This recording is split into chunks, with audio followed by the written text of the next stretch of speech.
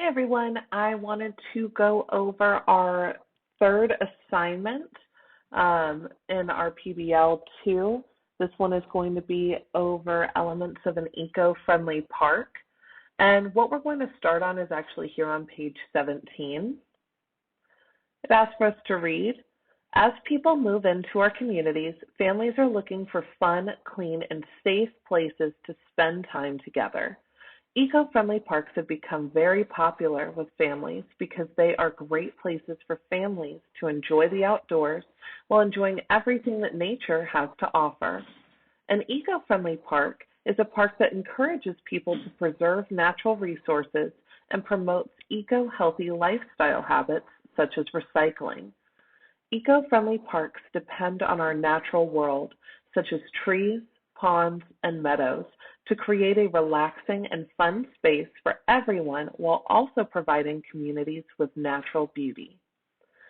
And so our project this week is going to be adding on to our park some eco-friendly elements. So we can look at some examples that you are welcome to use for what makes a park eco-friendly. We can have things like energy efficient buildings, meaning that the buildings get power from the sun, long lasting materials, conserved natural areas which allow for trees and plants to grow undisturbed, easy to maintain plants and landscaping, organic mulch, fertilizers, and soils to help our plants grow big and strong, and recycling bins for park visitors so trash does not litter our clean park. So those are some good examples that we can come back to when we get further into the activity. Next part here is talking about recycling, reduce, reuse, recycle. To reduce means to use less of something.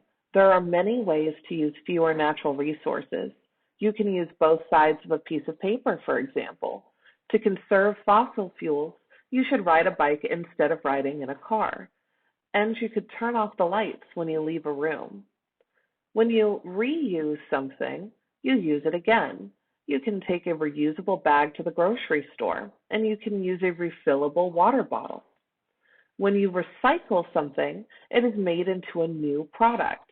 Glass, aluminum cans, paper, plastic bottles, and yard waste can all be recycled. Even the oil from cars can be recycled.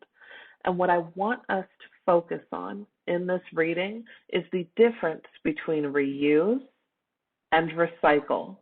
When you are reusing something, that means that you are using it again for the same purpose.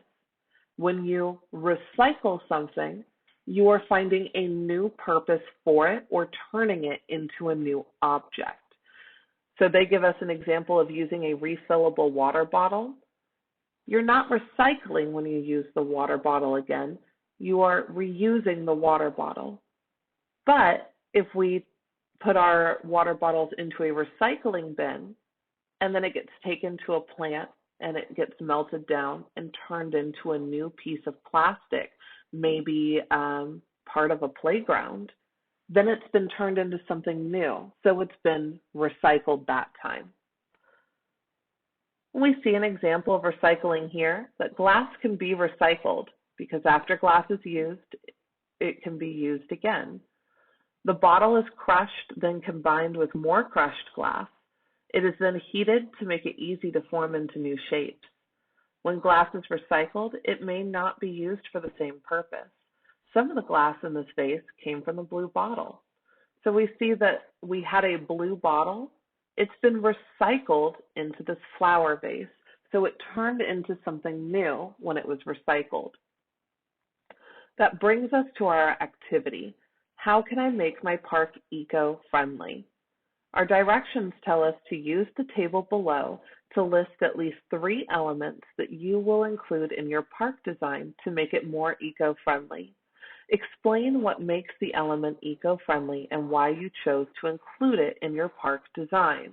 So they give us an example, something that their example is a solar-powered park light. It's eco-friendly because it's using the sun's energy to power lights for the park to save electricity. And why did you choose this for your park? because it will help reduce the cost of electricity. So they give us a very good example where in our first column, we're just listing an object.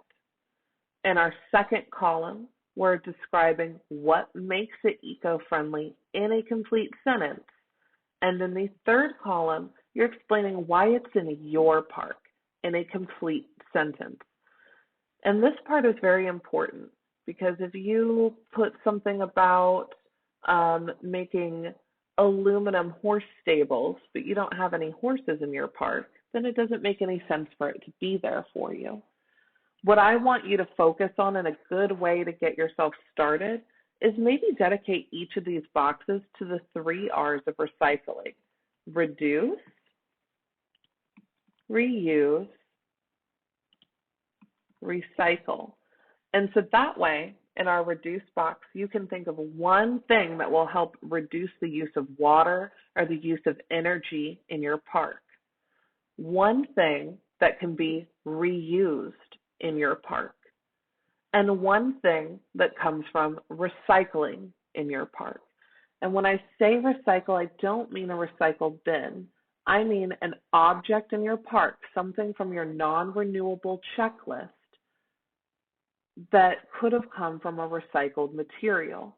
If you go back up to your reading, we know that glass, aluminum, paper, plastic, and yard waste can all be materials for something recycled. So when you're trying to come up with a recycled object, think about the non-renewable things in your park. Do you have anything that's made out of metal, out of glass, out of plastic, or out of paper? If you do, then you could explain to me that it is a recycled material. If you find yourself getting stuck, come all the way back up to page 17 and make sure that you look at this list of what makes a park environmentally friendly, because they have some really good suggestions that could fit into your park.